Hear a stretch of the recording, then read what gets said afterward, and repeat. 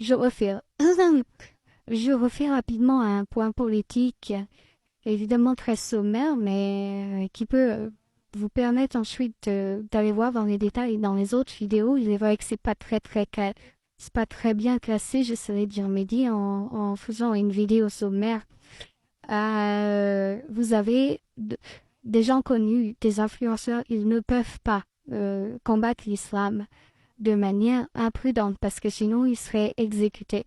Le seul qui a essayé de le faire, c'est un leader hollandais qui est aujourd'hui protégé comme Salman Rushdie. Il a été, dès que la garde a baissé pour Salman Rushdie, il n'a pas été exécuté, mais il a failli. Et c'est le cas de tous les autres, de n'importe qui blasphémerait l'islam publiquement. Donc, l'islam force absolument toute personne au monde à ne pas blasphémer. Alors, ce que font les gens, alors nous, anonymement, on blasphème évidemment. Les apostats s'en donnent à cœur joie, mais ils sont protégés par l'anonymat. Mais du coup, ils font pas beaucoup de vues. Dès qu'ils commencent à faire des vues, ils sont prudents et ils sont extrêmement modérés dans leur critique de l'islam. Alors, vous me direz, c'est bizarre parce qu'ils ont pourtant l'air très critiques. Alors non, en fait, la réalité, l'horreur absolue de l'islam va bien au-delà de ce que vous pouvez entendre de la part d'influenceurs ou de gens qui ont beaucoup d'abonnés. C'est juste qu'ils peuvent pas. C'est juste que la réalité est tellement monstrueuse que quand on modère, ça reste quand même un peu monstrueux. L'islam, c'est le pire crime contre l'humanité de l'histoire humaine et même de l'histoire animale, hein. Donc c'est un crime contre tous les êtres vivants. C'est 350 millions de fillettes exterminées toutes les générations. C'est l'équivalent des États-Unis au sein uniquement de la population des fillettes. C'est 230 millions de fillettes amputées au couteau de cuisine, de ce qui est la chose la plus importante dans la vie comme organe pour une femme, pour éviter de juste survivre, mais pour vivre. Si vous voulez, en gros, on peut considérer que toutes les générations, il y a un milliard et demi de personnes qui sont exterminées, c'est-à-dire elles sont torturées, elles préféreraient mourir, et elles restent en vie, bon, beaucoup de suicides, mais voilà.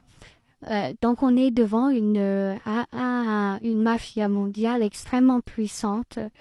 Je vous dis, en 5 ans, Hitler a fait une choix de 6 millions de personnes, l'islam en 5 ans.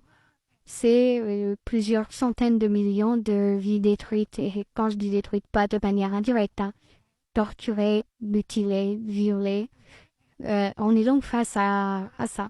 Cette mafia, probablement, je l'affirme, voilà, on peut dire, comme objectif de maintenir la femme marchandise, une traite des femmes, hein, tout simplement. C'est pas trop l'argent qui l'intéresse, il a des milliards, mais c'est de maintenir un marché des femmes.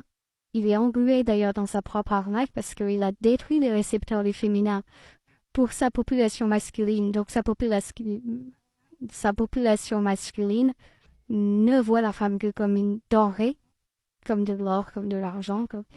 Et du coup, la mafia est obligée de maintenir son système parce que leurs adeptes masculins ne peuvent pas faire autrement. Ils n'ont pas de perception de la femme. Ils la perçoivent pas. Je sais que ça peut paraître bizarre en Occident. Quand vous leur montrez une femme, ils voient rien. C'est pas qu'ils sont méchants, c'est qu'ils voient pas ce que vous voyez. Voilà, ils voient quelque chose, mais c'est très très compliqué. Ils y arrivent pas. Ils ont détruit leur... et j'ai détaillé ça dans diverses vidéos. Alors ensuite, au niveau politiquement correct, vous avez des euphémismes qui sont utilisés. Bon, je ne veux pas dire que les gouvernements occidentaux ne travaillent pas, hein, ils cherchent des solutions. Mais vous avez des euphémismes qui sont utilisés. Par exemple, on a inventé le mot islamisme pour éviter d'attaquer l'islam, etc. Ils n'ont pas le choix, hein. Ils seraient exécutés s'ils se mettaient à attaquer l'islam. L'islamisme comme personne, voilà, on parle de frérisme ou d'islamisme, ça fait joli, personne ne se sent visé. Et surtout, l'islam est très content parce qu'il se dit, ah, les Occidentaux ont peur, puisqu'ils ont inventé un mot pour pas nous dire directement qui critique notre islam. Alors, il y a un triangle, hein. Faut pas faire d'essentialisation. Vous avez la plupart des musulmans, ils sont tous en mouvement. Oh là là, mon téléphone est tombé. Ils sont pas musulmans. Voilà, c'est comme ça qu'il faut le dire. Faut pas dire ils sont en dehors de l'islamisme, ils sont tout simplement pas musulmans. Mais ils peuvent pas le dire. Parce que sinon, c'est pareil, c'est pas tué, c'est pas agressé, ils auraient pas dit. Ensuite, l'islam et l'islamisme, c'est exactement la même chose, c'est-à-dire c'est le Coran plus la Sunna, c'est des textes, c'est des suites de caractères dans un fichier. Vous avez le Coran, il fait environ 1 million d'octets. J'en sais quelque chose pour avoir littéralement autopsié pendant des mois et des mois. Je m'en serais passé, mais parce que bon, c'est tellement horrible comme bouquin et c'est tellement ridicule qu'on a l'impression qu'on s'est fait avoir. Alors à chaque fois que je travaillais sur le Coran, je me disais, mais on m'a envoyé un fake pour se foutre de moi, quoi. Et puis bon, j'ai fini par comprendre que c'était vraiment le Coran, mais bon, passons. Vous avez le Coran, la Sunna. Alors la Sunna, c'est encore plus des dingueries. Ça va dans le sens un peu du Coran, et donc vous pouvez pas sortir de là. Et ceux qui appliquent ces textes, c'est Daesh, c'est les talibans, c'est l'Iran, c'est tout ce que l'Occident appelle les terroristes, les fondamentalistes, les salafistes. Bon, bah, c'est l'islam, hein. Voilà. Alors après, vous avez des gens qui disent on peut être musulman sans appliquer les textes. Il n'y a pas de brevet sur les mots. Vous pouvez être musulman, LGBT, pro-mariage gay. Voilà, on va pas vous embêter, hein. On va pas vous dire non, tu n'es pas musulman. Mais si vous voulez, la problématique, elle est évidemment pas présentée comme ça, puisqu'il y a une courbe de Chine. Si vous voulez, en Occident, on a raison, le Danemark a capitulé. Par exemple, en interdisant de blasphémer le Coran sous peine de 2 ans de prison, il a expliqué dans le préambule de sa loi que c'était pas par éthique qu'il la faisait, mais pour sauver la vie de ses citoyens, parce qu'ils disent on ne pourra pas les protéger s'ils blasphèment. Ils seront exécutés par l'islam, et voilà. Donc aujourd'hui, vous avez des influenceurs, des leaders politiques qui disent que c'est l'islamisme. Bon, quand bien leur face. Attention, les populations sont pas au courant. Elles ont tendance à croire naïvement qu'il y aurait un islam de celui d'Imam Chalgoumi qui ne serait pas l'islamisme. Ok? Donc hélas, ça n'existe pas. Dans les textes, ça n'existe pas. Et chez les gens, il y a des gens qui sont pas musulmans, mais qui, quand on leur demande, vont dire si je suis musulman. Bon, bah ils ont le droit. Mais si vous voulez, évidemment qu'ils ne le sont pas. Sinon, ça se verrait. Ok, bah ils appliqueraient les textes puisque c'est censé être les ordres de Dieu. Et puis alors en islam, le dogme est incontournable parce que c'est les ordres de Dieu à la virgule. Il ne dit pas c'est inspiré par Dieu, comme dans le christianisme ou dans le judaïsme. Il dit c'est les ordres de Dieu à la virgule. Voilà. Et la ligne directrice de l'islam, c'est esclavage sexuel. Et pour tout le reste de la femme, elle obéit à l'homme. Et l'islam a mis des règles d'achat-vente de femmes et de fillettes. Verset 65.4, par exemple, quand vous achetez une fillette à un ancien propriétaire, vous devez attendre 3 mois pour vérifier qu'elle n'est pas enceinte avant de la pénétrer. Enfin, c'est une dingue. Ce que je vous dis là, c'est les textes. C'est les textes par destination de l'islam. Après, vous pouvez toujours dire, ah, c'est mal traduit, c'est ceci, c'est ça. En réalité, ça n'intéresse que les intellectuels, que c'est des discussions voilà. Faites pour Arte à 1h du matin. Si on fait semblant de tomber dans le piège de discuter de ça et de dire, ah, pourrait y avoir un truc mal traduit, ouais, là, ça désignait pas les fillettes, mais les 153 personnes dans le monde qui n'ont pas leur règle alors qu'elles ont quand même 30 ans, vous voyez, bon, on peut zapper. Maintenant, pourquoi les gouvernements occidentaux font rien? Bah parce qu'ils remettent au lendemain et qu'ils n'ont pas la solution. Parce que tout simplement, l'islam, ça prend le pouvoir par le bas. Et les gouvernements occidentaux gèrent par le haut.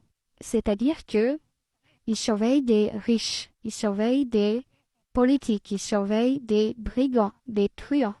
Mais ça marche pas ça. La mafia islam, elle capture tout le monde, tous les gens. Par des moyens que j'ai décrits dans d'autres vidéos, dont le principal, c'est de créer la superstition, peur de l'enfer, qui font que les gens disent « j'obéis, je veux pas prendre le risque de brûler vif éternellement post-mortem ».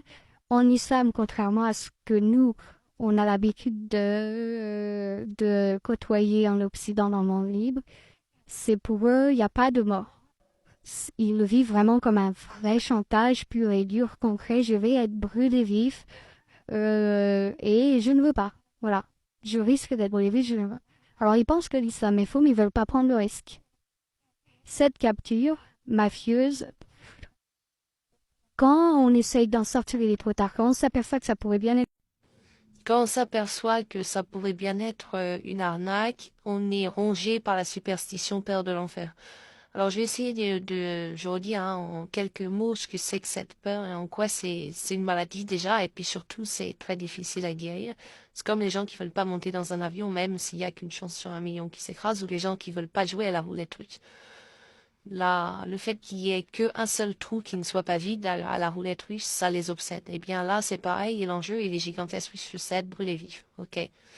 Donc quand vous leur avez intoxiqué l'organisme, les neurones, et même le liquide lymphatique, soyons fous, avec cette peur, elle est très difficile de s'en débarrasser. Et ils ont beau deviner que c'est une mafia qui traite des femmes et que ça a tout l'air d'être une grosse multinationale bien que c'est détruisant. Ils ont du mal à sortir. Alors il y a l'apostasie qui est progressive, mais c'est une érosion.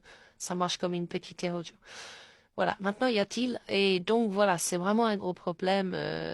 S'il n'y avait pas cette superstition, euh, je vous assure, vous ne ferez pas monter dans un avion quelqu'un qui est obsédé par l'idée qui se crase, vous ne le ferez pas monter. Vous verrez, vous pourrez l'attacher, il faudra littéralement lui attacher les bras, les jambes, etc. pour le mettre dans l'avion de force et il hurlera pendant tout le voyage et il fera peut-être une crise cardiaque.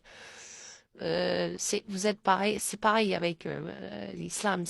Même s'ils prennent conscience qu'ils sont malades, les gens contaminés à l'islam, ils vont se débattre, si vous voulez. Par ailleurs, ils ont été détruits puisqu'ils ont perdu leur récepteur du féminin. Donc, quand ils s'aperçoivent qu'ils ne perçoivent pas quelque chose que les autres perçoivent, c'est pas facile d'aborder la vie. Donc, bon, il y a vraiment deux gros soucis. Et du coup, les gouvernements remettent au lendemain, y compris les dirigeants des pays musulmans. Les dirigeants des pays musulmans, ils savent très bien que l'islam, c'est un canular. Le roi, heureusement, Maroc, le roi est presque au-dessus du prophète, donc Souley, il a pu faire un discours très célèbre disant qu'il fallait être malade mental pour croire au Coran. C'est passé comme une lettre à la poste parce qu'il a seulement cité des versets. Il n'a pas dit le Coran, mais il a pris des versets du Coran. Il a dit qu'il fallait être malade mental pour y croire, donc il suffit d'un peu de réalisme pour s'apercevoir qu'il a acheté le Coran, qu'il a niqué le Coran. Parce que c'était écrit dans le Coran ce qu'il disait, mais comme personne ne lit le Coran, même pas les musulmans, enfin très peu, voilà, il a profité de ça.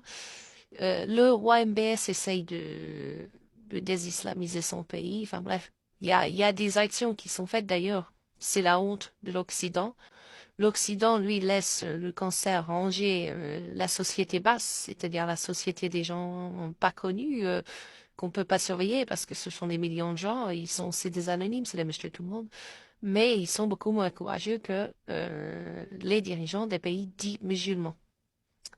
Alors, y a-t-il des solutions? En fait, à moins qu'un prix Nobel trouve une solution bizarroïde et complexe, les calculs auxquels j'arrive sont que non, il n'y en a pas d'autre que d'interdire.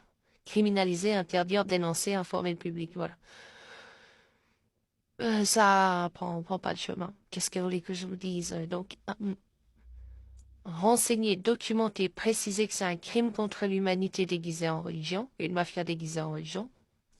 Faire apostasier les gens, mais n'apostasieront pas tout seul. Donc, interdire purement et simplement, mais pour alléger, expliquer pourquoi on interdit. C'est-à-dire, on vous demande d'apostasier de force. Enfin, on vous force à apostasier. Mais évidemment, vous pouvez penser ce que vous voulez, mais on vous force à plus, enfin, plus participer à l'expansion de cette maladie ou même à la maintenance. C'est-à-dire, ça veut dire, en gros, en dehors de la liberté d'opinion, je rappelle que l'islam, c'est pas la liberté d'opinion qui lui permet d'exister puisque l'islam est illégal. Il fait du chantage, mais puis pas un petit chantage, il fait le chantage à brûler vif les gens qui désobéiraient. Brûler vif après la mort, mais ça s'appelle du chantage quand même.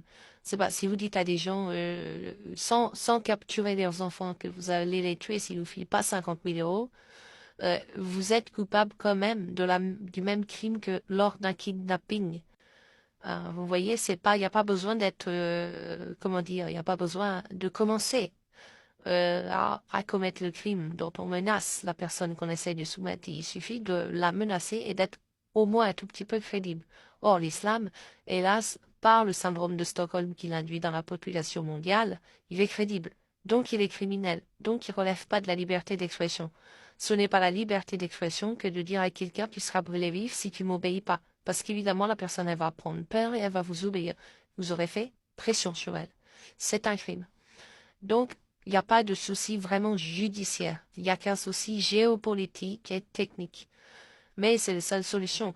Alors, moi, j'invite quand même, bien que par rapport à la gravité du phénomène, on peut accuser les influenceurs divers et variés de pratiquer l'euphémisme. Je le redis, ils pratiquent l'euphémisme parce qu'ils n'ont pas le choix, ils seraient exécutés.